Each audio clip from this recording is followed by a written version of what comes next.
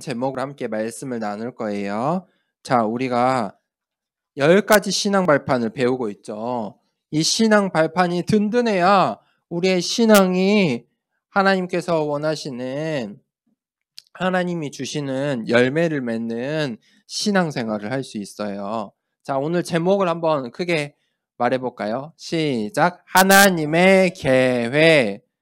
자, 성경 구절을 우리 한번 큰 목소리로 읽어봅시다. 시작! 이르시되 주 예수를 믿으라. 그리하면 너와 내 집이 구원을 받으리라 하고, 사도행전 16장 31절 말씀. 아멘. 성경에 보니까 오늘날도 마찬가지이지만 하나님을 믿는 사람과 하나님을 믿지 않는 사람이 있다고 성경은 말하고 있어요. 그래서 하나님을 믿는 사람을 신자라고 해요. 하나님 자녀라고 하죠. 하나님을 믿지 않는 사람들은 우리가 뭐라고 해요? 하나님을 믿지 않기 때문에 불신자라고 해요. 그런데 하나님을 믿는 자만이 하나님 자녀의 축복을 누리고 하나님과 함께하는 천국에 갈 수 있는 신분과 권세의 축복을 받아요. 그래서 하나님을 모르는 사람들은 어떻게 될까요? 그 신분이 사탄의 자녀일 수밖에 없어요. 결국은 어떻게 돼요? 지옥에 가게 되는 것이죠. 그래서 우리가 하나님을 모르는 사람들에게 복음을 전해요. 하나님께서 우리에게 가족을 주셨잖아요. 주 예수를 믿으라. 그리하면 너와 내 집이 구원을 받으리라.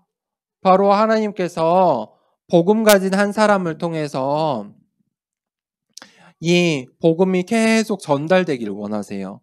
그래서 하나님 자녀가 만나는 모든 만남이 바로 전도의 문이에요. 내가 만나는 모든 만남이 무슨 문이라고요? 전도의 문이에요. 하나님께서 나를 통해 이 생명이 살아나기를 원하세요. 하나님께서 그 일을 위해서 나를 렘넌트로 먼저 불러주셨어요. 복음 모르는 사람들에게 이 복음이 전달되도록 하나님께서 나를 플랫폼이다, 복음의 플랫폼이다 라고 말씀하셨어요. 하나님이 나를 도구로 사용하시는 거예요. 나를 사용하셔서 복음 모르는 사람들에게 복음이 전달되도록 하세요. 그래서 내가 전도의 문이에요. 그런데 하나님의 자녀가 가는 모든 이제 현장이 있잖아요. 학교도 있고 학원도 있고 또 어린이집도 있고 또 우리 교사 선생님들, 중직자들은 또 일터에 나가잖아요. 그 현장이 무엇이냐? 바로 선교의 문이에요. 자, 내가 가는 현장이 무슨 문이에요? 선교의 문이에요. 맞아요. 하나님께서 또 나를 통해서 복음 모르는 모든 나라, 237 나라 가운데 복음이 전달되길 원하세요. 그게 바로 나에게 주신 이 선교의 축복이에요. 그래서 하나님 모르는 사람들에게 우리가 복음을 전하는 걸 보고 바로 전도와 선교라고 하는 거예요. 그런데 하나님께서 우리를 왜 전도자로 선교자로 불러주셨냐면 하나님께서 우리에게 주신 가장 큰 중요한 미션, 맞아요. 이 237 나라를 복음 전하는 바로 세계 복음화. 한번 해볼까요? 시작. 세계 복음화. 모든 민족의 온 천하의 땅끝까지 이르러 모든 이 복음을 전하고 제자 삼아라 라고 하나님께서 말씀해 주셨어요. 그걸 보고 바로 세계 복음화라고 해요.